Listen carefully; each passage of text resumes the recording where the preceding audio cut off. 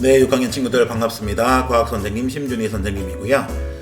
다시 이렇게 원격 수업으로 이렇게 이제 진행한 지 오늘 세 번째 시간이에요. 여러분과 학교에서 만나서 다시 즐겁게 과학 수업 할 날을 기대하고 있겠습니다. 오늘 수업 시작할게요. 네, 오늘은 3단원 연소와 소화 마지막 시간입니다. 연소와 소화의 단원을 정리해 보도록 하고요. 과학책은 72쪽부터 75쪽까지고 실험 관찰은 36쪽에서 39쪽까지입니다. 네, 우리 이번 시간에는 주로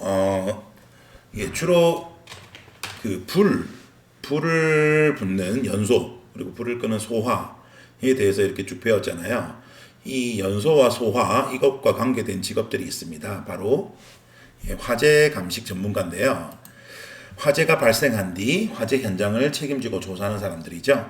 바로 화재 감식 전문가라고 합니다. 이런 화재 감식 전문가는요, 화재의 원인을 조사하는 역할을 하죠.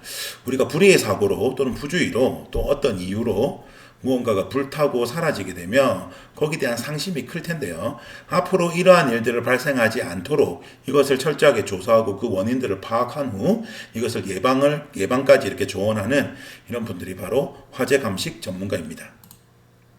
한번 동영상을 통해서 알아보죠. 불이 꺼진 화재 현장에서 사람들이 무엇을 하고 있는데요? 아, 화재가 발생했던 현장을 조사하고 있군요. 이렇게 화재 현장을 책임지고 조사하여 화재 원인을 밝혀내는 사람들을 화재 감식 전문가라고 합니다. 화재 감식 전문가는 불에 탄 곳을 살펴보며 불길의 흔적을 찾아보는데요. 화재를 유발할 수 있는 물질을 찾아 불이 시작된 곳과 불길의 진행 방향을 찾는 일을 해요. 그리고 여러 가지 검사를 통해 화재 원인을 조사하는 한편 화재 현장을 복원하거나 화재를 예방할 수 있는 대책을 세우기도 하죠. 그리고 화재 현장의 감식이 끝나면 그 결과를 경찰 등에게 전달하는 일도 한답니다. 이처럼 화재 감식 전문가는 단서들을 조합해서 찾아내는 일을 하기 때문에 꼼꼼하고 관찰력이 좋은 사람에게 적합한데요. 화재 감식 전문가가 되기 위해서는 연소와 소화에 관련된 지식을 쌓아야 하죠. 최근 에너지 사용량이 증가하고 다양한 전기 기계가 개발되면서 화재가 자주 발생하고 있는데요. 이에 따라 다양한 곳에서 화재 감식 전문가의 역할이 커지고 있답니다. 네, 지금 우리 화재 감식 전문가에 대해서 우리가 찾아봤는데요. 지금 이제 전기차의 시대로 들어가고 있죠. 아마 이 전기의 사용량이 날이 가면 갈수록 아마 늘어날 것입니다. 에너지 사용량도 가면 갈수록 늘어지고 있죠. 산업이 발달함에 따라서. 그래서 에너지 사용량이 늘어나고 전기 사용이 늘어남에 따라서 사실은 이 화재가 많이 발생하기도 하고요. 이 화재로 인해 가지고 아깝게 생명을 잃거나 재산을 잃는 사람들도 늘어나고 있죠. 그래서 이런 화재를 막고 예방하는 일은 굉장히 중요한 일이고 화재의 원인들을 잘 파악하는 일도 굉장히 중요한 일입니다. 여러분도 관심이 있다면 이런 직업에 한번 도전해 보면 좋겠고요. 우리가 이번에 배웠던 연소와 소화에 관한 지식들을 이렇게 잘 알고 있다면 화재 감식 전문가도 충분히 될 수 있을 거라고 생각합니다. 네, 그렇다면 지금부터 3단원을 한번 정리해 볼 겁니다. 과학책 74쪽과 75쪽을 봐주시면서 여기 나와 있는 것들을 한번 선생님과 함께 정리해 보도록 할게요. 네, 먼저 물질이 탈 때 필요한 것들이 있습니다. 바로 초와 알코올 같은 것들인데요. 이런 것들 우리가 뭐라고 하죠? 그렇습니다. 바로 탈물질이죠. 탈물질이 없으면 당연히 연소가 일어나지 않습니다. 뭔가 탈 대상이 있어야 되겠죠. 자, 물질이 탈 때는 반드시 이것이 필요하죠. 우리 아크릴통, 플라스틱 통을 덮긴 했지만 이 통을 덮고 통을 덮어서 초를 태우기 전과 초를 태우고 난 후에 이것의 비율이 줄어들죠. 어떤 비율이 줄어드나요?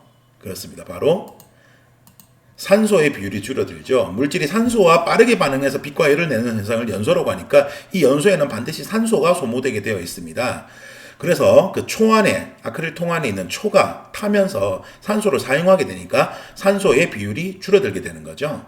그렇죠. 이렇게 연소에는 반드시 산소가 필요합니다.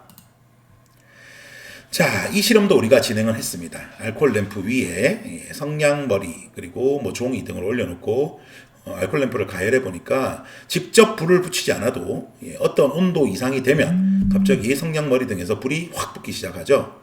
바로 그렇습니다. 발화점 이상의 온도죠. 온도가 발화점 이상이 되면 직접 불을 붙이지 않아도 이렇게 연소하는 그런 것들 우리가 또 실험을 통해서 확인했습니다. 그렇습니다. 자, 연소의 세 가지 조건 선생님이 반드시 기억하라고 했습니다. 연소가 일어나기 위해서는 탈물질과 산소가 필요하죠. 그리고 온도가 무엇 이상? 발화점 이상의 온도가 되어야 된다는 것 꼭 확인해 주세요. 자, 이 실험도 우리가 진행했습니다. 연소하고 난 다음에는 어떤 물질이 생기는가? 아크릴 통 안에 푸른색 염화 코발트 종이를 놓고 테이프를 붙였더니 이 푸른색 염화 코발트 종이가 붉게 변하는 걸 확인했죠. 푸른색 염화 코발트 종이는 무엇을 만나면 붉게 변하죠? 그렇습니다. 바로 물이죠. 즉, 푸른색 염화 코발트 종이가 붉게 변하는 걸 통해서 우리가 물이 생긴다는 것을 알 수가 있죠. 석회수는 어떻게 되었습니까? 직기병에 놓고 그 초를 태운 다음에 그 연기들을 모아서 그 위에 석회수를 붓고 흔들어 보았더니 석회수가 무겁게 흐려졌죠. 그렇다면 그렇죠. 이산화탄소가 생긴 것을 알 수가 있는 거죠. 자, 바로 연소 후에는 물과 이산화탄소가 생긴다는 것을 알 수 있습니다. 자, 우리 과학실에서 역시 다양하게 촛불을 끄는 그런 실험들을 좀 해보았는데요. 이렇게 불을 그 입으로 불어서 끌 수도 있고 뭐 장풍으로도 껐고 박수로도 껐는데 바람을 이용해서 끈 것은 그렇죠. 초의 탈물질인 파라핀, 액체 파라핀, 또 기체 파라핀 이런 것들을 입으로 불면 날려버리고 핀셋으로 잡으면 그렇죠. 액체 파라핀이 심지를 못하고 올라가게 하죠. 즉 탈물질을 없애면 불을 끌 수가 있고요. 이렇게 직기병을 덮으면 산소가 차단되죠. 산소 공급을 막아서 불을 끌 수도 있습니다. 이렇게 분무기를 뿌린다는 것은 무엇을 의미하죠? 그렇습니다. 온도를 낮추는 것이죠. 발화점 미만으로 온도를 낮추게 되면 불은 꺼지게 되죠. 이 연소의 세 가지 조건 중에 어느 한 가지라도 없게 된다면 불은 붙지 않죠. 즉 불이 꺼지게 되는 것입니다. 자, 화재 발생했을 때 우리가 원격수로 진행을 했습니다. 첫 번째 보시면 어떤 젖은 수건이나 이런 것들로 막고 승강기를 이용하지 않고 지금 내려가고 있죠. 그렇습니다. 승강기 대신 계단을 이용하고요. 두 번째는 젖은 수건으로 코와 입을 막습니다. 젖은 수건을 이용해야지만이 그 섬유 사이로 공간들이 줄어들어서 기체가 들고 나갈 수가 없죠. 그래서 유독가스가 내 몸속으로 들어온 것을 막게 되고요. 자세를 낮추는 것도 마찬가지입니다. 기체는 주로 위로 올라가는 성질이 있기 때문에 내 몸을 낮춰서 유독가스가 들어온 것을 막는 거죠. 지금 세 번째 그림을 보시면 손잡이가 빨갛게 되어 있습니다. 이런 경우에 직접 만지면 되나요? 그렇죠. 손잡이를 처음에 만지는 것이 아니라 손등 정도로 확인을 한 다음에 반대편에서 불이 났는지 안 났는지 확인하고 만약에 뜨거워서 불이 났다고 하면 절대로 문을 열면 안 됩니다. 그렇죠. 갑자기 산소가 유입되면 불길이 나한테로 번지는 경우가 있고요. 굉장히 위험해진다고 했죠.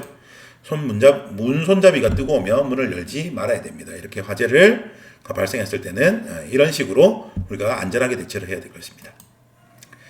자, 그렇다면 오늘 과제죠. 실험관찰 36쪽과 37쪽, 붙임딱지 113쪽을 이용해서 여러분들이 해주시면 되겠는데요. 선생님이 이렇게 정리해 보았습니다. 첫 번째 붙임딱지를 이용해서요. 물질이 연소할 때 필요한 조건, 산소와 탈물질과 발화점 이상의 온도, 이 붙임딱지를 붙이면 되겠죠. 이 나무를 태우려고 할 때 기본적으로 나무라는 탈물질이 있어야 될 것이고요. 부채질을 하는 것은 산소를 더 공급하기 위해서죠. 공기를 더 공급해서 산소를 공급하기 위해서입니다. 그리고 불을 붙는다는 것 자체가 발화점 이상의 온도를 높여야 되는 거죠. 그래서 나무가 불에 타는 거죠. 이 붙임딱지를 붙이면 되겠네요. 그리고 이렇게 정리해 주시면 되겠습니다. 초가 연소할 때는 무엇이 생기나요? 네, 그렇습니다. 이 붙임딱지를 붙이면 되겠죠. 염화 코발트 종이가 붉게 변하는 것, 석회수가 뿌옇게 변하는 것. 그래서 초가 연소할 때는 물과 이산화탄소가 생긴다는 것 함께 정리해 주십시오. 예, 불을 끄는 방법은 이 붙임딱지를 붙이면 되겠습니다. 예, 입으로 불어서 끌 때는 그렇죠. 파라핀, 기체 파라핀을 날려버린다. 즉 탈물질을 없애는 거고 또는 핀셋으로 심지를 잡으면 액체 파라핀을 못 올라가게 막는 거죠. 탈물질을 없앱니다. 치키병을 덮으면 산소 공급을 막는 것이고요. 분무기에 물을 뿌리면 발화점 미만으로 온도를 낮추게 되는 것이죠. 자, 이것을 확인해 주세요. 마지막 화재 발생 시는 예, 승강기 대신에 계단을 이용하고요. 젖은 수건으로 코와 입을 막고 몸을 낮춰야 된다는 건 이미 얘기했습니다. 문손잡이가 뜨거우면 문을 열지 않아야 되겠죠. 네, 오늘의 마지막 과제입니다. 실험관찰 38쪽, 39쪽을 여러분들이 정리를 하시면 되겠는데요. 6문제를 풀어보는데 선생님과 함께 잠시 풀어보죠. 네, 알맞은 말을 보기에서 골라서 써놔야 됩니다. 자, 무엇은 무엇가 공기 중에 무엇과 빠르게 반응한다. 즉, 그렇죠. 탈물질이 공기 중에 산소와 빠르게 반응해서 빛과 열을 내는 현상, 이 자체를 연소라고 하는 거죠. 그렇죠. 이 연소는 어느 이상의 온도가 되면 그렇습니다. 발화점 이상의 온도가 되면 불을 직접 붙이지 않아도 연소를 합니다. 연소 조건 중에 한 가지 이상의 조건을 없애서 불을 끄는 것을 우리는 소화라고 하죠. 예, 두 번째 이 실험 진행했습니다. 성냥의 머리 부분과 나무 부분을 올려놓고 하면 어디가 먼저 불을 붙습니까? 그렇습니다. 성냥의 머리 부분이 먼저 붙고 이후에 나무 부분에 붙게 되죠. 왜냐하면 성냥의 머리 부분이 발화점이 훨씬 낮기 때문이죠. 예, 초를 태우고 야크릴 통을 덮어 놓으면 푸른색 염화 코발트 종이가 어떻게 변합니까? 붉게 변하죠. 그래서 초가 타고 나면 무엇이 생긴다는 것. 푸른색 염화 코발트 종이는 물을 만나면 붉게 변하니까 초가 타고 나면 즉 연소를 하고 나면 물이 생긴다는 것을 우리가 알 수 있습니다. 자, 불을 끄는 방법과 소화의 조건인데요. 자, 연소가 탈물질, 산소, 그리고 발화점 이상의 온도 이것이 세 개가 다 만족해야지 탄다면 소화라는 것은 이것 중에 하나라도 없애면 끄는 거죠. 예, 한번 찾아보겠습니다. 1번. 흙이나 모래로 덮는 것은 그렇죠. 산소 공급을 막는 것이죠.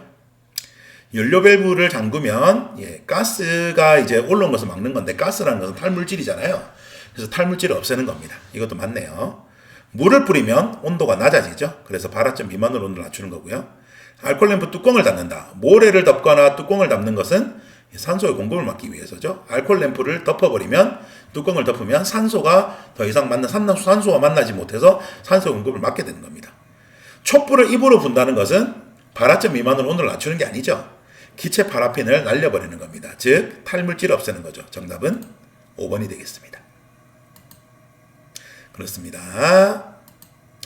화재가 발생할 때 대처하는 법 계속 얘기를 했습니다.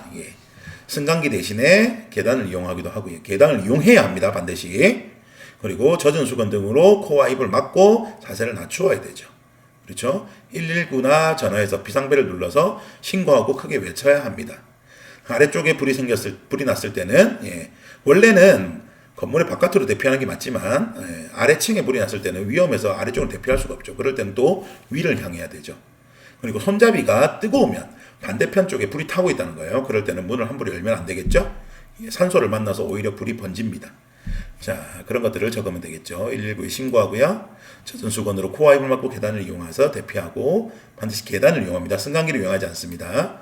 손잡이가 뜨거우면 문을 열지 않는다. 이런 것들을 쓰면 되겠습니다. 자, 사람이 발길이 닿지 않는 숲속에 종종 산불이 나기도 하는데요. 자, 누군가 불을 안 붙여도 불은 날 수 있습니다. 이렇게 산불이 나는 까닭이 무엇일까요? 일단 온도가 높으면 불이 붙는 거죠. 그렇죠? 그리고 탈물질이 굉장히 많게 됩니다. 건조한 산에는 낙엽이 내는 것들이 많아서 탈물질도 많게 되죠. 바람이 불어오면 산소도 공급이 잘 되니까 불이 더 붙게 됩니다. 발화점 이상의 온도가 생기면 온도가 이렇게 올라가면 불이 붙는데 바람이 불 때 나뭇잎하고 나무가 서로 부딪혀서 열이 발생하는 경우가 있죠. 이렇게 되면 발화점 이상의 온도가 올라갑니다. 그래서 불이 붙게 되는 거죠. 또는 천둥이나 번개가 치를 수도 있습니다. 그렇게 되면 나무에 벼락이 떨어지면서 불이 붙게 되죠. 자, 이것으로 3단원을 모두 마치도록 하겠습니다. 다음 시간부터는 새로운 단원을 들어갈 건데요. 여러분 오늘은 실험관찰 36쪽에서 39쪽까지 정리하셔서 함께 정리하신 다음에 사진을 찍어서 꼭 올려주시도록 하세요. 네, 이것으로서 3단을 마치겠습니다. 수고 많으셨고요. 예, 다음에는 과학실에서 함께 시험을 하도록 하겠습니다. 세 단원 들어갈게요. 오늘 수고 많으셨습니다. 안녕히 계세요.